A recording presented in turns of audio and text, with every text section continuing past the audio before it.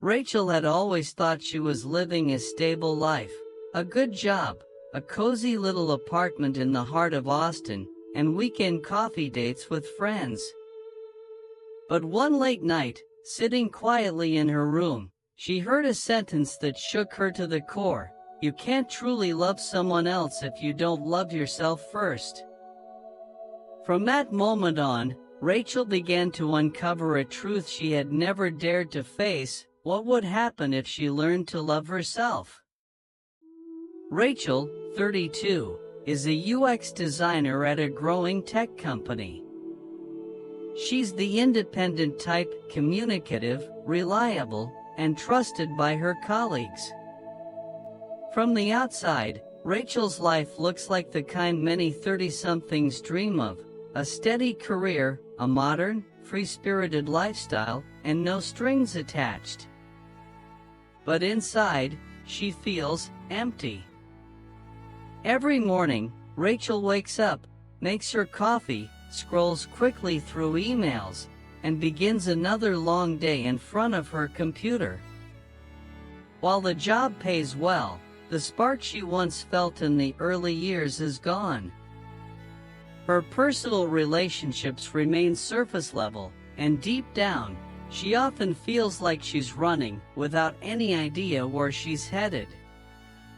She frequently blames herself for not doing more, for not taking better care of herself, for not being as good as everyone else. Social media only makes it worse: the flawless photos, the success stories, the happy couples, all feeding her sense that she's not enough, not worthy enough. She sets high standards for herself, yet never stops to ask, do I think I'm enough? Do I truly love myself?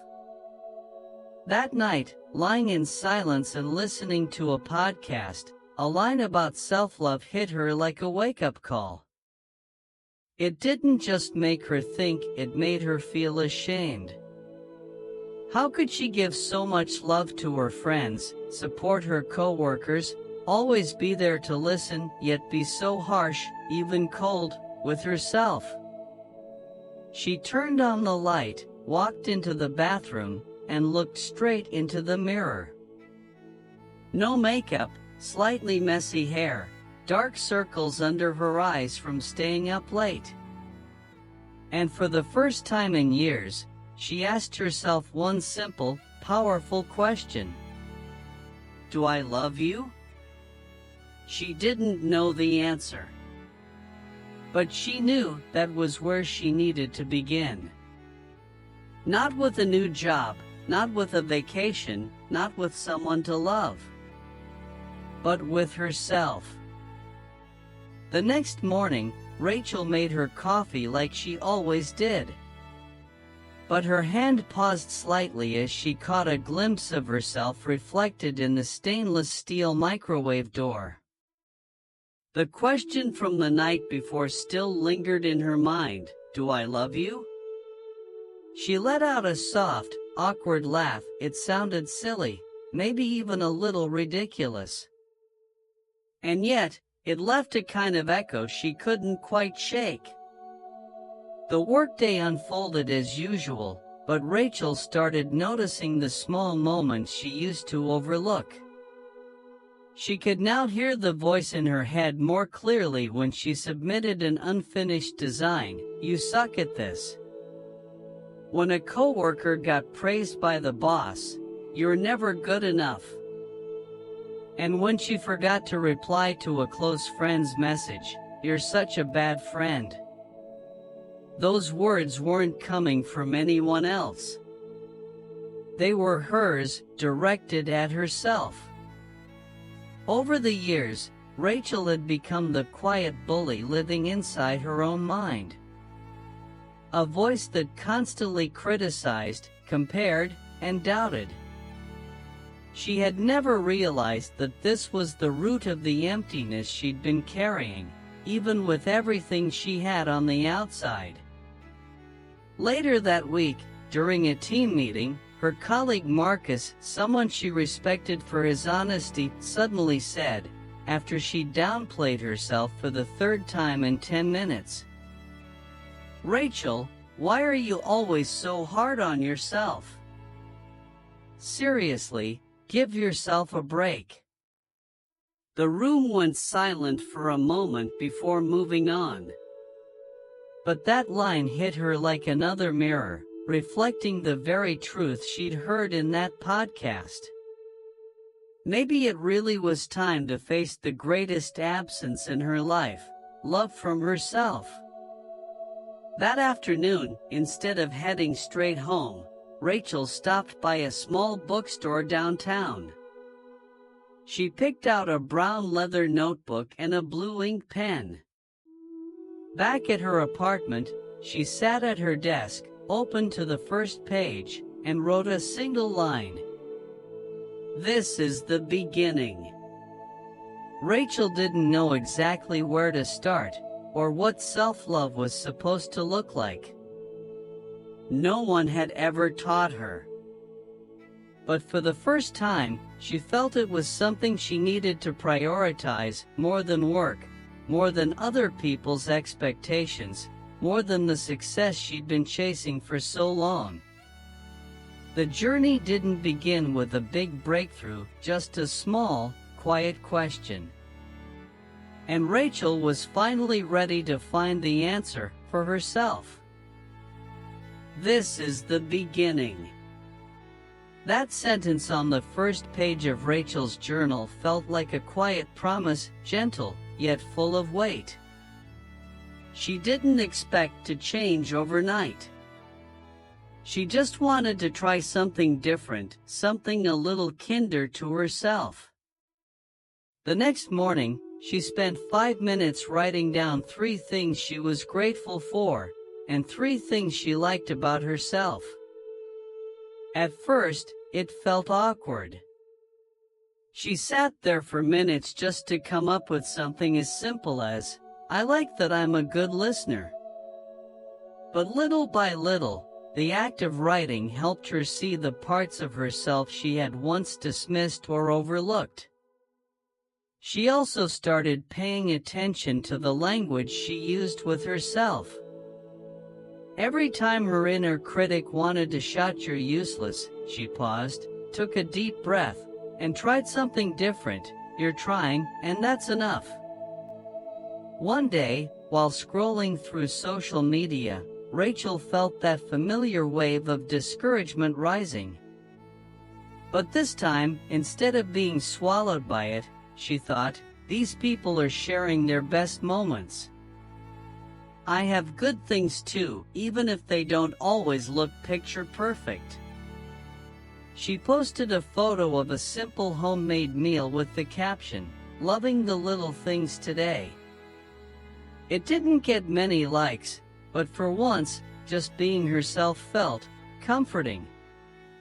She rejoined the salsa class she had once quit because she felt not flexible enough. She took morning walks, not to burn calories, but to breathe and feel the sun on her skin. She talked to her best friend more often, no longer pretending everything was fine, and instead saying things like, "I've been feeling a bit lost this week." And to her surprise, her friend didn't pull away, she listened. Rachel began to realize that self-love wasn't a finish line. It was a series of small, consistent acts, like caring for a plant. Some days she felt strong. Some days she didn't. But she no longer judged herself for it. She began to notice something new in the mirror, a softness in her gaze, no longer sharp or cold. Then one day, while washing dishes, a quiet thought floated through her mind. "I feel okay. Not because something amazing happened. Just because I'm being me." And then, a small smile appeared. No reason. No performance. Just because finally she was treating herself like someone worth loving. Rachel hadn't completely changed, but she had shifted. And that was enough. As Rachel began to love herself consciously, intentionally, the world around her slowly began to shift too. Not in any dramatic or cinematic way, but like a gentle breeze finding its way into the quiet corners of her life. She no longer felt swept up in the constant race to be better, faster, more impressive. Instead, she chose to show up more fully, focusing on each design detail with care, listening to her coworkers more attentively, and giving herself permission to rest when needed. The results surprised her. Her manager began to notice, praising her for her clear-headed and mature approach. Not long after, she was asked to lead a new project for the first time in her career. But it wasn't the professional milestone that surprised Rachel most. What truly struck her was the shift in her relationships. People began gravitating toward her, not just for work, but for the steady, positive energy she seemed to carry. One younger colleague even whispered to her in the break room, "I don't know what it is, but you've been glowing lately." Rachel just smiled. She knew exactly what it was. She had once tried so hard to seem okay, to appear capable, to be perfect. But now, it wasn't a performance. It was real. The glow wasn't from effort, but from acceptance. She no longer needed to try to be special. Loving herself fully, quietly, had made her magnetic in the most unexpected way. One afternoon, while walking through the park she often visited to recharge on weekends, a man approached her casually. Not with a pickup line, but with a simple question. "Hey, what are you listening to?" They laughed. They talked. They sat on a bench, swapping playlists that had helped them through rough weeks. Rachel didn't rush to label it a new romance. But she knew this, because she had learned to love herself. She could now enter any relationship with more calm and confidence than ever before. That evening, as she journaled, she flipped back to the very first pages. The line, "This is the beginning," was still there, the ink slightly faded, but the feeling clearer than ever. She added a new sentence beneath it, like a quiet affirmation. "Turns out, loving myself was never selfish. It was necessary."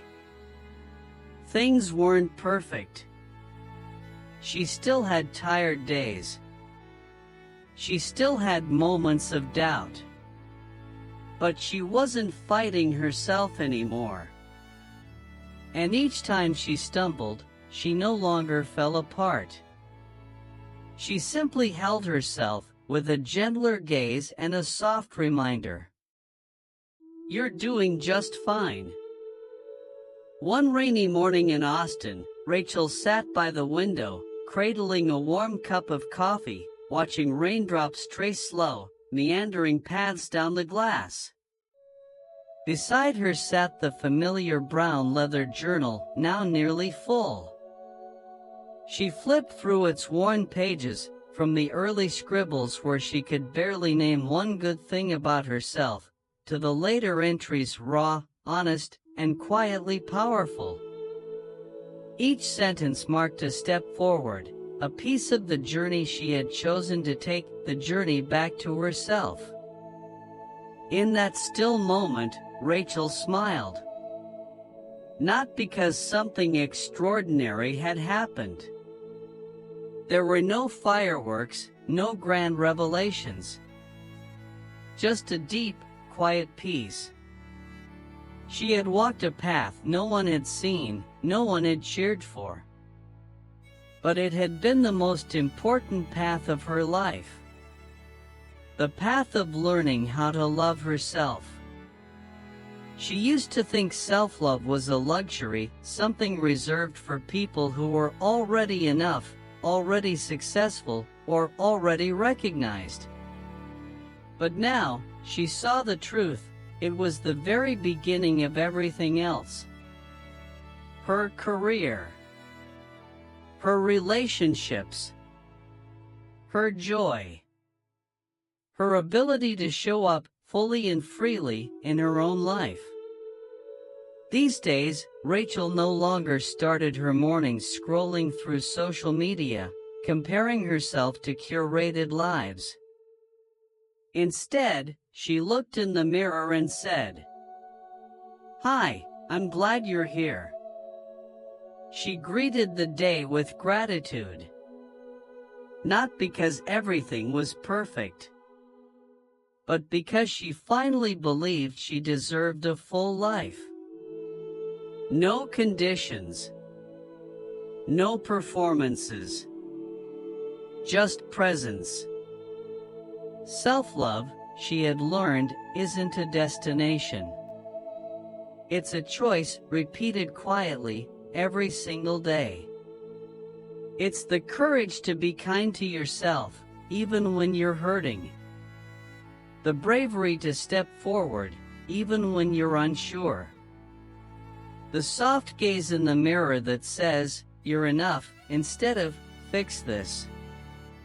Maybe you felt like Rachel once did. Living right, working hard, trying to please everyone, and still feeling like something's missing. Maybe you've believed you don't deserve love, especially not from yourself. But the truth is, you don't need to be perfect to be worthy. You only need to begin with one small question. One gentle act. One quiet step back toward yourself. Because when you love yourself deeply, you don't just change your life. You become a light that invites others to believe in themselves, too. And maybe that's the simplest way to change the world. From the inside out.